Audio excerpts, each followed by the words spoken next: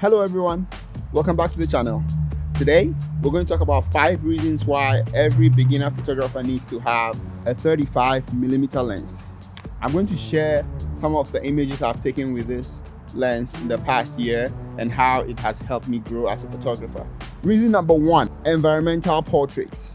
Most beginner photographers just believe that, taking an image with a blurry background and having the subject sharp in focus is what looks professional, but that is not the case. Most of the time, when you are always blowing out your background, you don't grow as a photographer. You tend to not pay attention to what is happening in the background. And when you start shooting events and stuff, then it becomes a problem because you're not composing with the background in mind. You're just focusing on the person, which is important. Environmental portraits are more intriguing than just, finding good-looking people and focusing on them and just taking the shot. Here are some examples of some environmental portraits.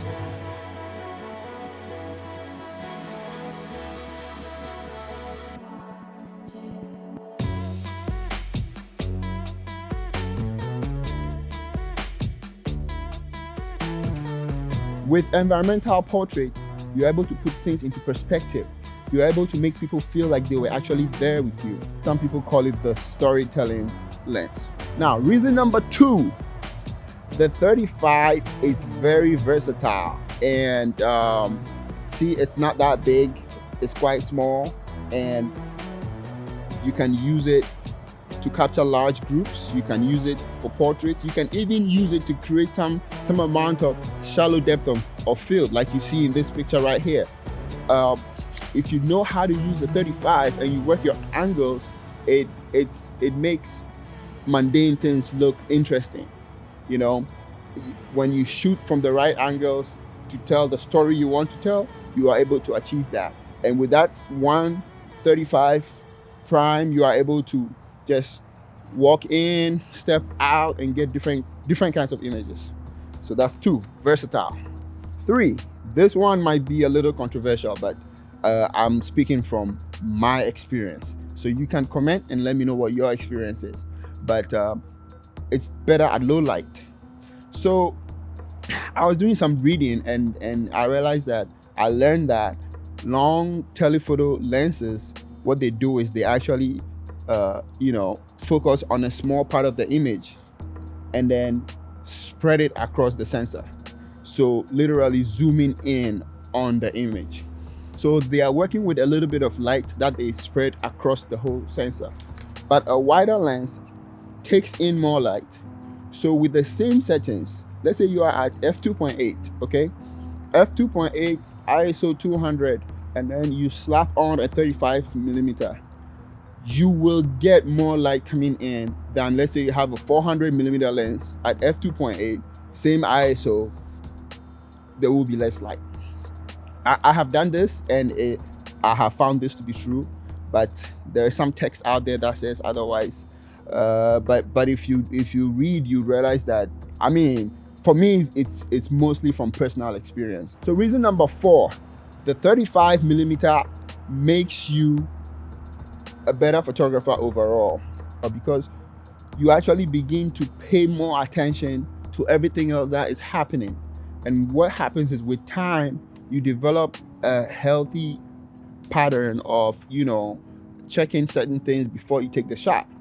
You check the horizon, you check, the buildings, you check your composition. If I'm shooting with a 200mm lens at f2.8 and I'm blowing out everything, I don't care what's behind the subject. I just care about the subject's expression, and how they look and all that. But the 35 makes me care about the environment in addition to the subject, and that can actually save you a lot of time. If you are an event photographer, a wedding photographer, you tend to make sure that you position people right so that you don't have weird objects that are you're gonna need to spend lots of time taking out in post. You don't want to do that. You are able to get closer to your subject to be able to direct your subject. So if you are doing a photo shoot, you want to be able to just flow pose. Flow pose is when you put them in one pose and then you just change one thing and it becomes a whole different pose. They do this, they do this, they do this, they do this. But if you are so far away, it's really hard to tell them what to do, and you end up yelling, and then they end up taking it as if you're not a pleasant person.